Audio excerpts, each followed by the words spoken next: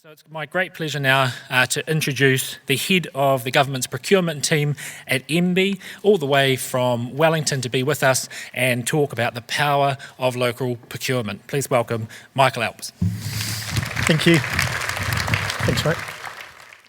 Yeah, the economy's had some rough blows over the last year with changes in unemployment, and awesome to see what has happened in terms of people being able to be re-employed. And look, some really good stats down here too, right? So to 31st of March this year, unemployment rate in the region is 4.1 or 4.2%. That's pretty outstanding against the national average. Good sector growth as well. So there's been a 15% increase in the amount of new business vehicles purchased and registered. So that's a good thing to see. 11% increase in tourism. Overall GDP increase 1.2%. So really good, solid stuff happening in here. And what I want to talk about today is government procurement. And what we're doing and some of the changes that we've recently made. Right. So look, Michael Alp, GM New Zealand Government Procurement, so I've got oversight or the stewardship of the New Zealand Government Procurement. So the effective way that we work is we set, so we're legislated under the Public Sector Act 2020 to provide system leadership for procurement. And so we have oversight of both the government procurement system as well as procurement assurance, and we also offer a range of advisory services.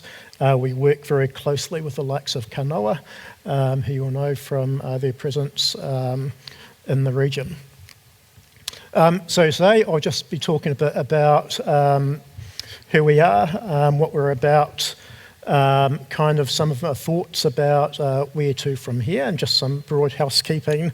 Anything I talk about in present tense is government policy, anything in future tense is not government policy, very much my thoughts on things and where I think we should go.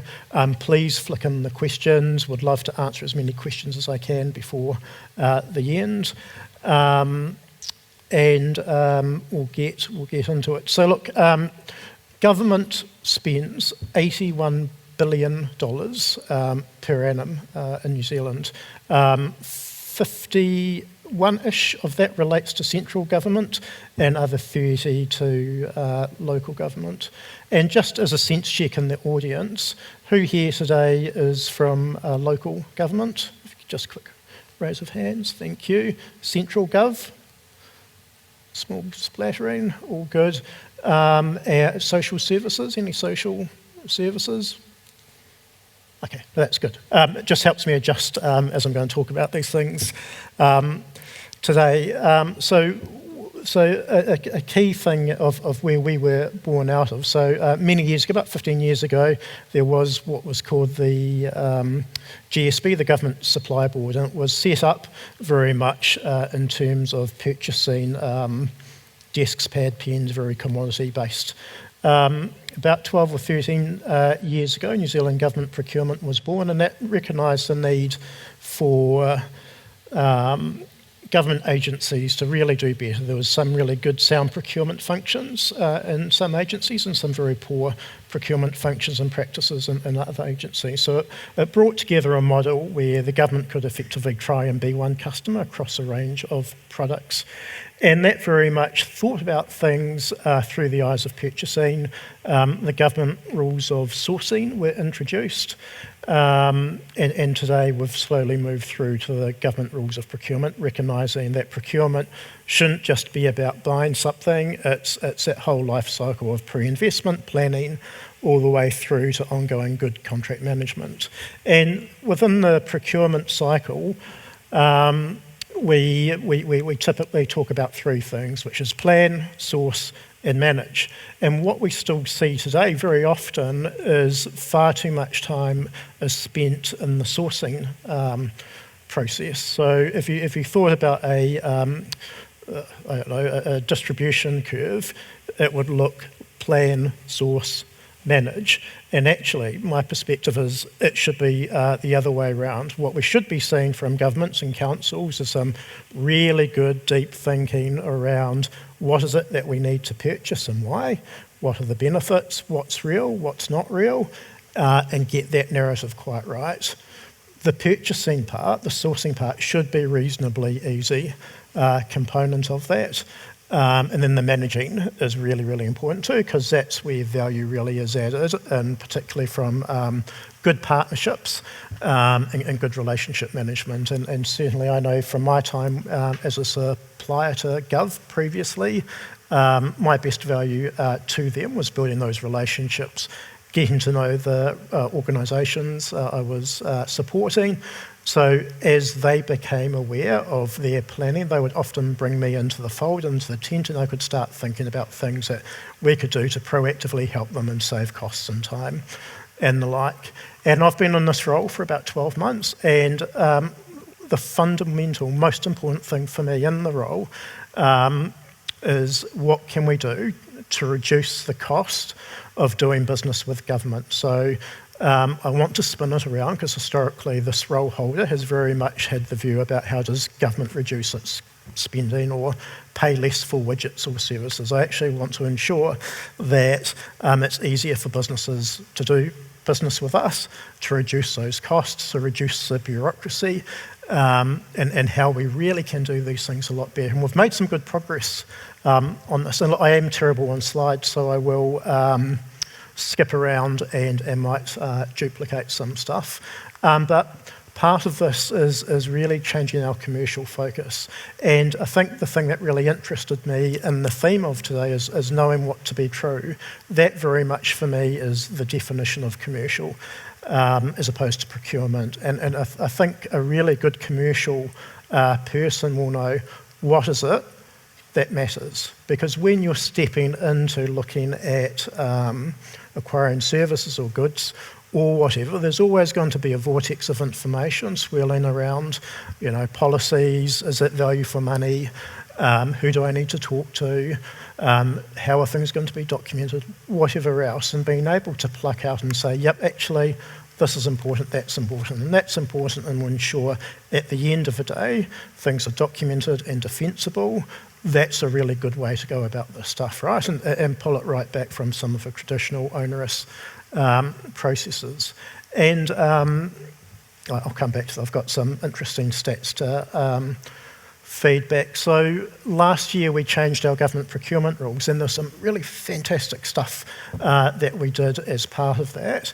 First of all, we reduced the amount of rules, and I hate the term rules, I absolutely hate the term rules, but that's something I've inherited. So we reduced from 74 rules down to 47 rules, which is really great. So it removed some of the double up. It removed where there might be confusing things between procurement rules and legislation and regulations. But more importantly, there was a couple of really great things that were added. The first one was a new principle. And this principle was around proportionality, right? So it's utterly important that when government agencies or councils are procuring things, they do not treat a low-cost, simple procurement in the same way that they might do a $5-10 million ICT complex procurement. It's just nuts, right? We can't have that, so we need to ensure that the stuff that is low risk, low cost, get on with it, keep it easy. The second big change was around economic benefit. And this develops what we've been dealing with before with broader outcomes and the like. So the underlying concept is this. If there's a procurement that is $100,000 or less per annum for goods and services, or $9 million for construction, then unless there's good reason not to do so, it must go to a New Zealand firm. And this is a really good change, thank you. And we need that support going through. And even more important for the regions, right? This is where we need to ensure that government is spending in the regions and really backing the regions. And I'll have my contact details up. at the end. Anyone is welcome to contact me if you see behaviour that does not fall into things like that. If you're putting bids in for government work and you don't hear back or you don't get a debrief back, I want to hear about that, because a long time we hear about anecdotal evidence, but we really miss out on those factoids that allow us to go into a particular agency and say, hey, we hear this, we want to help you in the journey to make sure things are fair. So people that are putting in the time and effort and trying to work with government, they get some good information back to help them be successful. We're keen to also really push the envelope in lean agile procurement to help that process speed up, because often some of these things don't have to take as long as they currently do, so long as there is a fair amount of time for suppliers to respond to things. In terms of my future work, I'm really keen to see us throw up even base documentation around to do that quite differently. So if you think about a traditional RFP, request for proposal, in my mind, it's almost an arrogant document at the outset. And I say that from the context of often it's written from the perspective of the person, a business unit within an agency or council, with the view of, we think this is what's available in the market, we think this is what will help us get forward. And it will be 70% there, but without that market testing or engaging with what really is out there, people often then become contained, because then they're stuck in the procurement process of not being allowed to consult throughout the way of doing it. And those are some of the fundamental changes that we have to make to ensure that the best public value is achieved. There is the ability to flex throughout the process, whilst having some good guardrails in place along the way. We've seen some really good success stories come out from this. So, and I'll read you some stats that I've gotten recently, and these are very specific to construction and infrastructure. So look, we all get annoyed about stories of start-stop happening, and all of these aren't from me. These are things that have come out from economists. One stat is, over the last 25 years, New Zealand has burnt an estimated $12 billion from stop-start infrastructure. So those projects started, stopped, restarted along the way and still delivered, right? Same product, $12 billion wasted along the way. Infrastructure spends multiplies for the economy. So for every dollar in infrastructure spend can generate up to $2.30 in economic activity, and that's both through the multiplier effect, but then also other supply chains. And DH Steel out of Auckland, they did all the steel work down in Dunedin Hospital. I think they've been involved in, or are involved in, Nelson. They got Burl economic impact assessment done. So that local spend is really important with how that flows through. Here's another shocking one.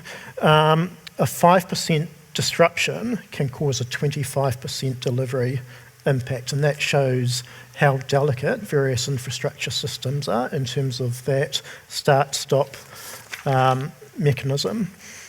And look, all of this is absolutely consistent with what we see overseas in other areas. And for me, I think, coming back to, a good commercial outcome, it's about people backing themselves and getting on with it.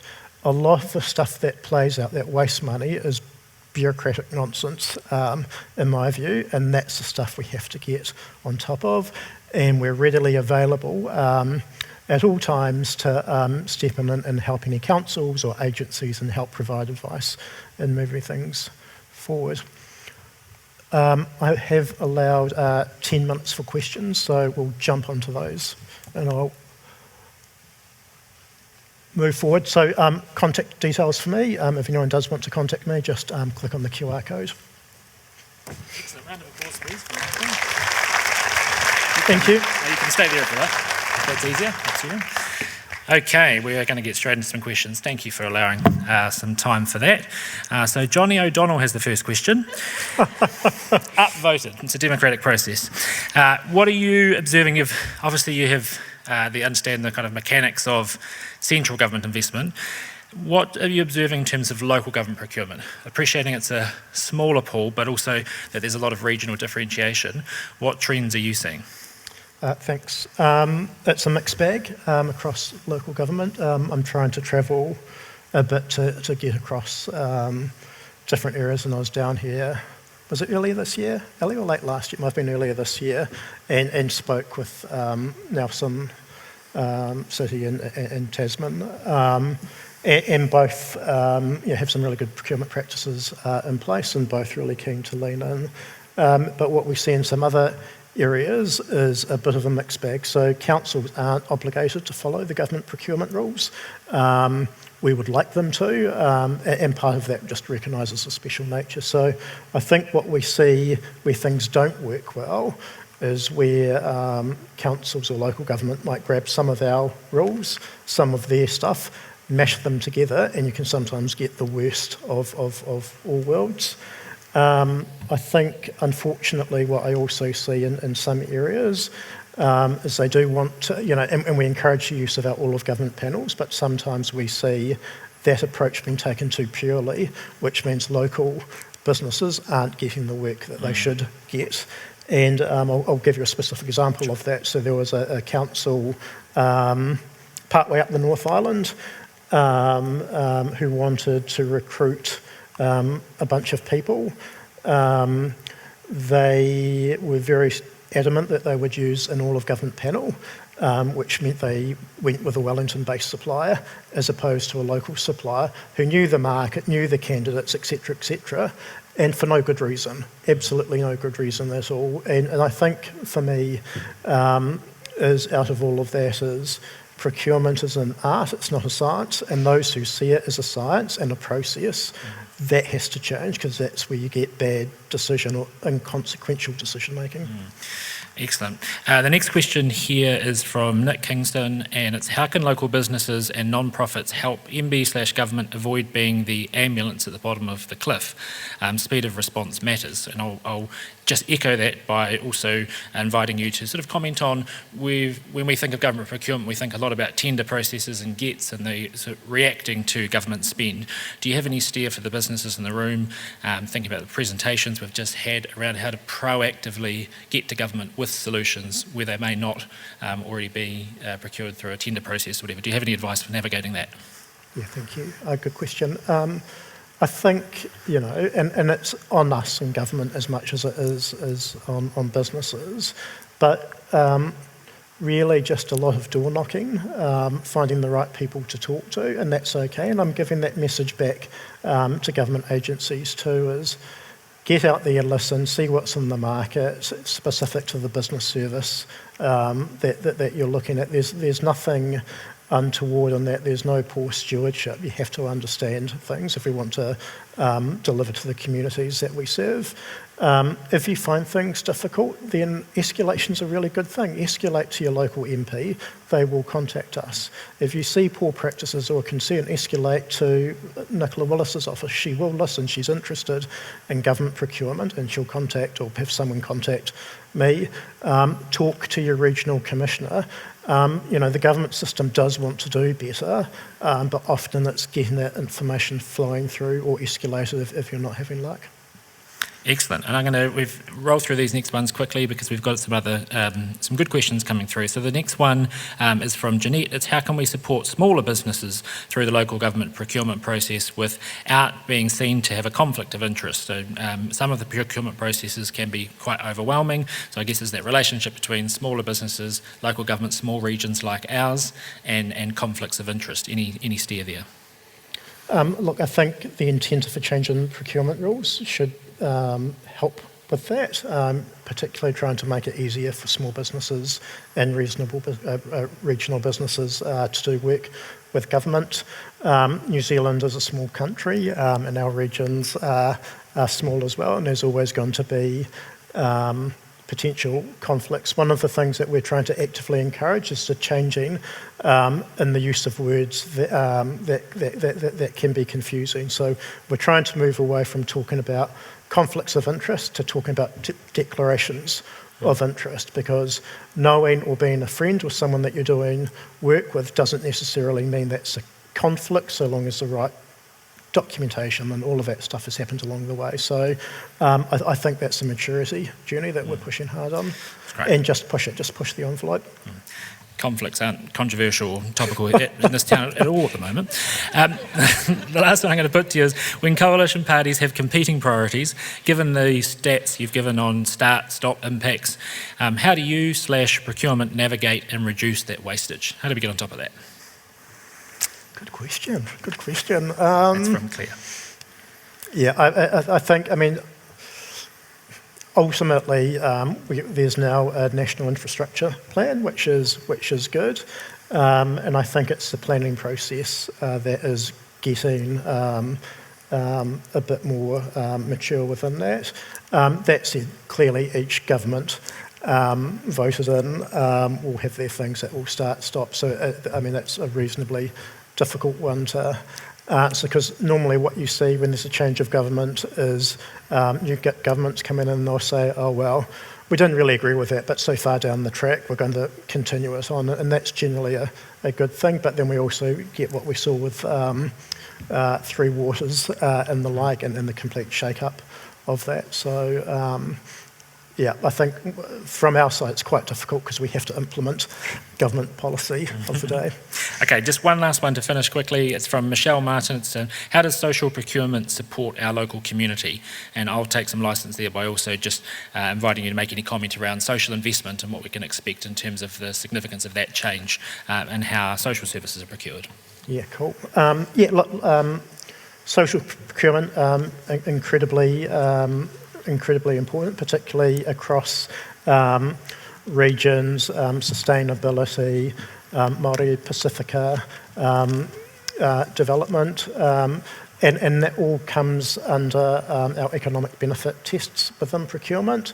Within that, any procurements over those thresholds I talked about, there has to be a minimum 10% weighting. I'm hearing of people doing up to 30% weightings to think about the flow through. And depending on the sector in the region, the benefits vary quite a lot. So we'll see anything from 10% benefit, 15% for general multiplier effect, but in some of the social services areas, it can be as much as $2 for every dollar invested in terms of long-term benefit. So either way you look at it, your ROI is better than a typical ROI from a cash-based investment. So if we think about that regionally and how the councils and government spends, it is a really good thing to be doing. Excellent. Michael, thank you so much. Thank you for travelling here to be with us today and for sharing so candidly. I was struck by the was it $81 billion yes. spend you talked about. That is an extraordinary stat in terms of the money that comes out of government and our ability to harness that to build and develop our businesses in our region. So thank you for sharing so generously with us, including making your contact details available, which I'm sure many people in the room will take advantage of. So please put your hands together for Michael Alp. Thanks, everyone.